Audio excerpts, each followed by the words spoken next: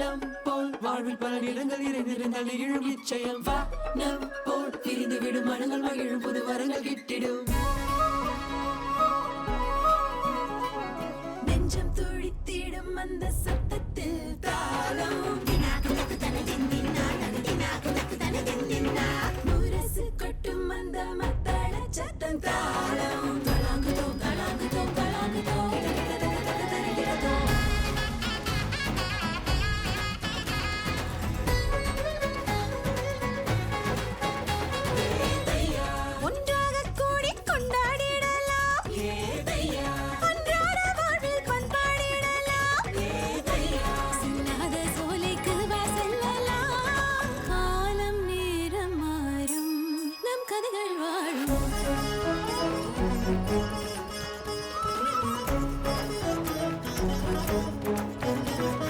நெஞ்சம் துடித்திடும் அந்த சத்தத்தில் தாளம்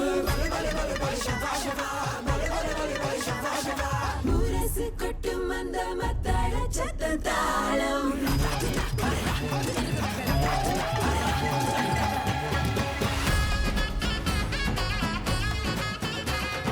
நெஞ்சம் துடித்திடும் அந்த சத்தத்தில் தாளம் முரசு கொட்டும் அந்த மத்தள சத்தம் தாளம். நம் சமூகம் நம் அக்கறைகள் இவற்றை பற்றி தெரிந்து கொள்ள ஆர்வத்தோடு எங்களோடு இணைந்திருக்கும் உங்கள் அனைவருக்கும் எங்களின் அன்பான வணக்கம். It is always a pleasure to welcome you to another edition of Indian Beat, the only bilingual show which acts as a bridge for our community. இன்றும் பல கதைகளை உங்களுக்காக தொகுத்து கொண்டு வந்திருக்கிறோம். Let us take a quick look at what we have in store for you today. வழிகாட்டிய Sadhana, Amma, a Bharatanatyam production. பிழையின்றி தமிழில் எழுத தமிழோடு விளையாடு. மாணவர் பருவம் மிக முக்கியமானது. படிக்க வேண்டும், சிறப்பான மதிப்பெண்களை பெற வேண்டும் என்பது மட்டும் மாணவர்களின் பொறுப்பல்ல. கல்விக்கான பல்வேறு வாய்ப்புகளை மாணவர்கள் அறிந்து அதில் தங்களின் ஆற்றலுக்கு ஏற்ற பாதையை தேர்ந்தெடுக்க வேண்டும். அதற்கு சரியான வழிகாட்டுதல் தேவைப்படுகிறது. Guiding youngsters to choose the right path in education and life is crucial because it shapes their future and the society they will contribute to. Early guidance helps them develop the right skills, knowledge and values needed for success. ஒவ்வொரு மாணவருக்கும் தனி ஆற்றல் இருக்கும். அதை பயன்படுத்திக் கொண்டு கல்வியில் சிறந்து விளக்கும்படி நம் கல்வி முறை இப்போது மாறி இருக்கிறது. ஒரு மாணவரின் ஆர்வம் அவரின் தேவையை பொறுத்துதான் கல்வி பாதை வகுக்கப்பட வேண்டும். Without proper direction, students may make impulsive choices that could lead to struggles or regrets. It encourages personal growth for the young. Good mentorship helps young people discover their strengths, passions, and purpose. Choosing the right educational path opens doors to better career prospects and financial stability. With so many options available, guidance provides clarity and reduces anxiety about the future, thus reduces stress and confusion. கல்வி பயணத்தில் முக்கியமான முடிவுகளை எடுக்கும் மாணவர்களுக்கு சில குழப்பங்களும் சந்தேகங்களும் ஏற்பட வாய்ப்பிருக்கிறது. குறிப்பாக பட்ட கல்வி படிக்க போகும் மாணவர்களுக்கு எதை எடுப்பது, எதை விடுவது என்பதில் நிறைய கேள்விகள் எழும். அவற்றை தீர்த்து வைக்கும்படி ஆண்டுதோறும் நடைபெறுகிறது Sadhana. When youngsters feel supported and guided, they gain the confidence to work toward their goals with determination. Proper guidance ensures they develop integrity, kindness, and respect for others. By guiding young minds early on, we help them lead successful, fulfilling lives and make positive contributions to society. மாணவர்களுக்கு வழிகாட்டிய சாதனா இதோ. மேல்நிலை தேர்வை எழுதிய மாணவர்களுக்கு அந்த முடிவு வெளிவந்ததும் எந்த பல்கலைக்கழகத்தில் தங்களின் மேற்கல்வியை தொடர்வது, எந்த பாடத்தை எடுத்து படிப்பது போன்ற கேள்விகள் இருக்கக்கூடும். அதை பற்றி சிந்தித்து முடிவெடுக்க மாணவர்களுக்கு உதவும் வகையில் சிங்கப்பூர் தேசிய பல்கலைக்கழக தமிழ் பேரவை பிப்ரவரி 8-9 தேதிகளில் சாதனா 2025 நிகழ்ச்சிக்கு ஏற்பாடு செய்திருந்தது. தேசிய பல்கலைக்கழக வளாகத்தில் நடைபெற்ற இந்த நிகழ்ச்சிக்கு ஆண்டுதோறும் சிண்டா இளையர் மன்றமும் இணைந்து ஏற்பாடு செய்கிறது. இந்த ஆண்டு முதன்முறையாக சிங்கை தமிழ்ச் சங்கமும் சாதனா ஏற்பாட்டுக் குழுவுடன் இணைந்தது. இந்த பயிலரங்கம் மூலமாக யூனிவர்சிட்டி சேர போகிற மாணவர்கள் யூனிவர்சிட்டி எப்படி இருக்கும், அவங்க யூனிவர்சிட்டி வரும்போது என்னென்னலாம் கற்றுப்பாங்க, அவங்க அதுக்கு வரத்துக்கு முன்னாடி என்ன தயார் செய்யணும் அப்படின்றத இந்த பயிலரங்கம் மூலமாக நாங்கள் சொல்லிக் கொடுக்க வரோம். பல்கலைக்கழகத்தில் தற்போது படிக்கும் மாணவர்கள் தங்களின் அனுபவங்களை பயிலரங்கில் கலந்து கொள்ள வந்திருந்தவர்களிடம் மனம் திறந்து பகிர்ந்து கொண்டனர். தங்களிடம் என்ன திறமை இருக்கிறது, எதில் ஆற்றல் அதிகம் இருக்கிறது, எப்படி அந்த ஆற்றலை பயன்படுத்தி கல்வியில் முன்னேற முடியும் என்பதை அறிந்து கொள்ள இந்த பயிலரங்கு மாணவர்களுக்கு உதவியிருக்கிறது. தங்களின் பலத்தையும் பலவீனத்தையும் அடையாளம் காண்பதே ஒருவரின் வெற்றிக்கு அடிப்படை. இந்த பயிலரங்கு மூலியமாக எது நமக்கு சூட் ஆகும், எந்த கோர்ஸ் நம்ம எடுத்தால் நம்ம தேர்ச்சி பெறலாம், நம்மளோட ஸ்ட்ரென்த்ஸ் என்ன, வீக்னஸ் என்ன அப்படின்னு இங்கே இருக்கிற ஃபெசிலிட்டேட்டர்ஸ் கிட்ட பேசும்போது எனக்கு தெரிய வந்தது. ஸோ அதுக்காக தான் மெயினாக நான் வந்த காரணமே அதுதான். விண்ணப்பம் செய்கிறது நல்லா படிக்கிறது அது மட்டும் இல்லை, அதில் போர்ட்ஃபோலியோ பில்டிங், அப்புறம் இன்டர்வியூ, அதுக்கு தேவையான அந்த ஸ்கில்ஸையும் எப்படி சொல்லிக் கொடுக்குறதுன்னு சில பேர் மாணவர்களுக்கு பேசி கற்றுக் கொடுக்குறாங்க. இணைய பக்கங்களில் தகவல்கள் கொட்டி கிடக்கின்றன.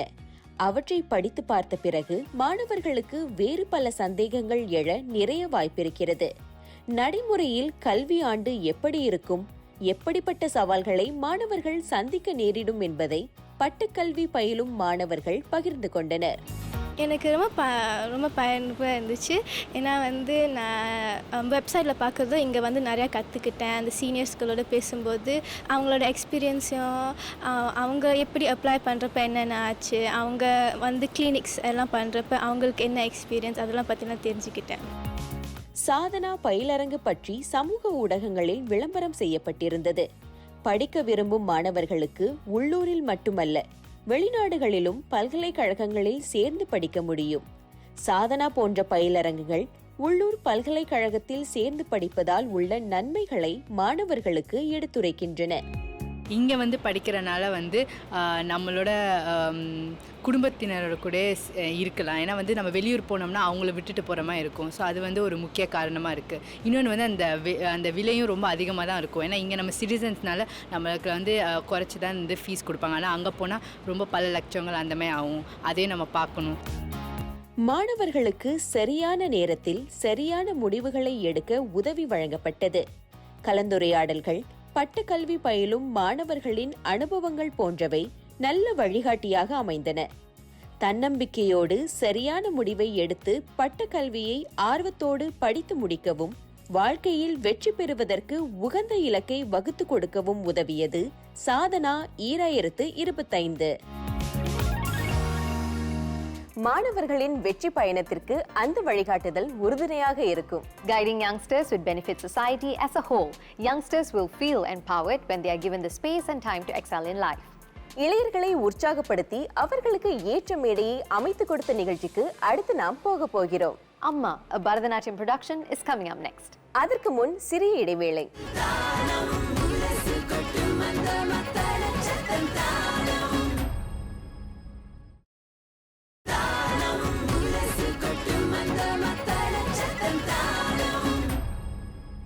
கல்வி ஆனாலும் கலை என்றாலும் இளையர்களின் பங்களிப்பு முக்கியம். கலைத்துறையில் நம் இளையர்கள் நிறைய பேர் ஈடுபட தகுந்த தளங்களை வகுத்து கொடுக்க வேண்டும். குறிப்பாக அவர்களின் கற்பனைக்கு வரும் படைப்புகளை அவர்களே தயாரித்து வழங்கும் வாய்ப்புகளை கொடுக்க வேண்டும். Providing young, up-and-coming creators with the opportunity, platform, and safe space to explore and stage a full-length production is essential. Young artists need a space to experiment, take risks, and refine their skills. A full-length production allows them to push their artistic boundaries and grow as creators. கலைகள் வளர வேண்டுமென்றால் கலைஞர்களும் வளர வேண்டும். இளம் கலைஞர்களுக்கு கொடுக்கப்படும் வாய்ப்புகளும் தளங்களும் அவர்களை எதிர்காலத்தில் நல்ல கலைஞர்களாக உருவாக்கும். முழு மனதோடு கலைகளில் ஈடுபடும் இளையர்களை அதுபோன்ற தளங்கள் சிறந்த கலைஞர்களை உருவாக்கும். Art is a powerful form of storytelling and self-expression. Giving young creators a platform ensures that their voices, perspectives, and stories are heard.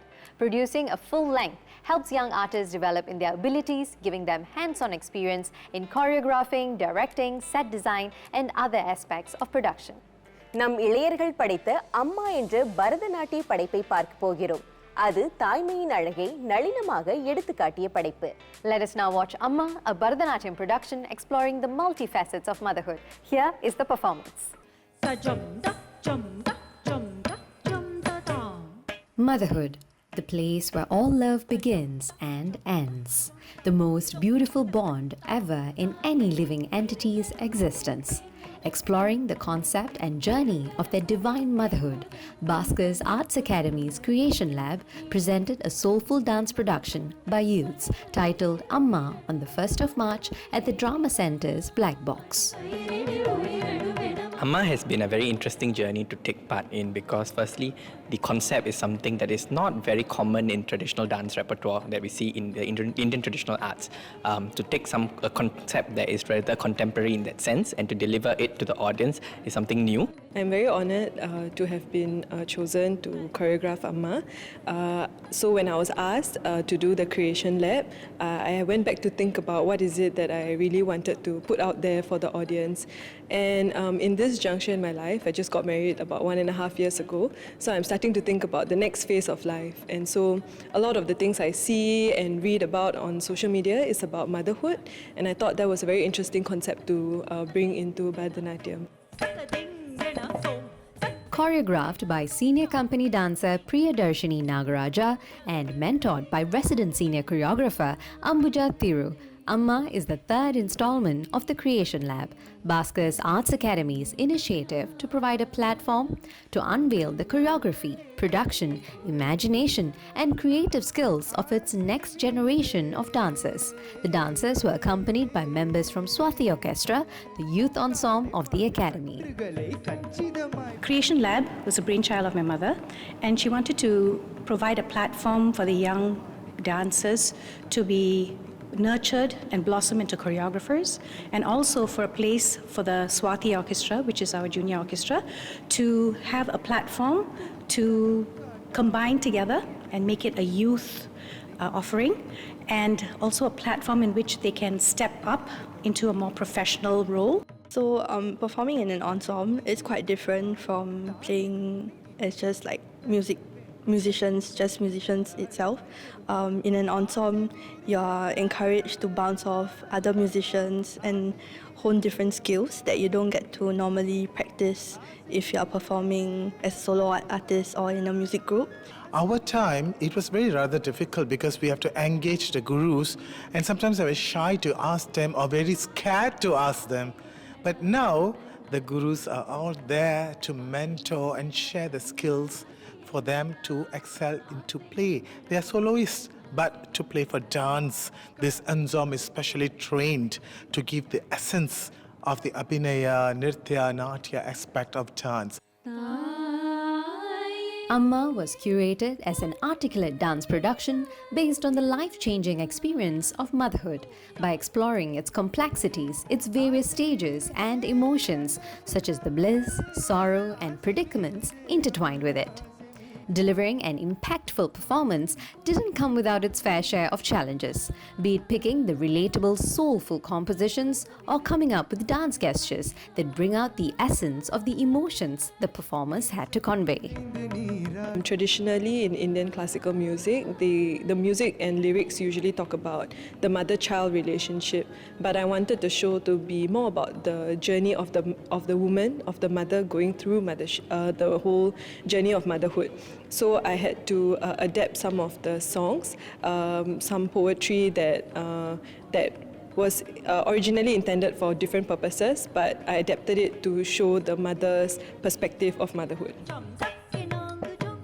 Creation Lab's technique of getting young artists to choreograph performances and simultaneously mentor their peers also greatly inspires the younger generation to give their all, while honing their dancing and choreographing abilities and creativity. By coming together to work on a production, the young artists develop a strong sense of cohesion, confidence, and motivation to also excel in the art of storytelling through classical dance. In this whole experience of following Priya Akka's choreography, because she is my Akka, and I've gotten to know her over the course of these 6 months, and definitely through learning her choreography and putting her ideas to life, it's definitely pushed me as a dancer and to learn the way that her mind thinks and to understand how to bring her ideas to life. I've definitely developed this own creative side of myself. I would want to become a choreographer myself. Classical Indian art forms constitute a significant part of our identity and culture, and seeing youths work together to carry it forward to the future through youth productions such as Amma is certainly a promising sign for our community that our cultural legacy in our multicultural society will last for a long time to come. கலையில் நம் இந்திய சமூகம் காட்டும் ஆர்வம் தொடரட்டும். அது நம் கலைகளை வாழ வளர புது பொலிவோடு மலர வாய்ப்புகளை ஏற்படுத்தி கொடுக்கும். Investing in young creators is investing in the future of art, culture and storytelling. They would have the ability to create amazing art forms in due time. தவறுகளின்றி தரமான படைப்புகளை வழங்க இளையர்கள் முயற்சி செய்ய வேண்டும். அதேபோல தமிழில் பிழையின்றி எழுத அவர்களை தூண்ட வேண்டும். Yes, indeed. We are going to watch young children learning to write better after a short break. We will be back in a while. Stay with us.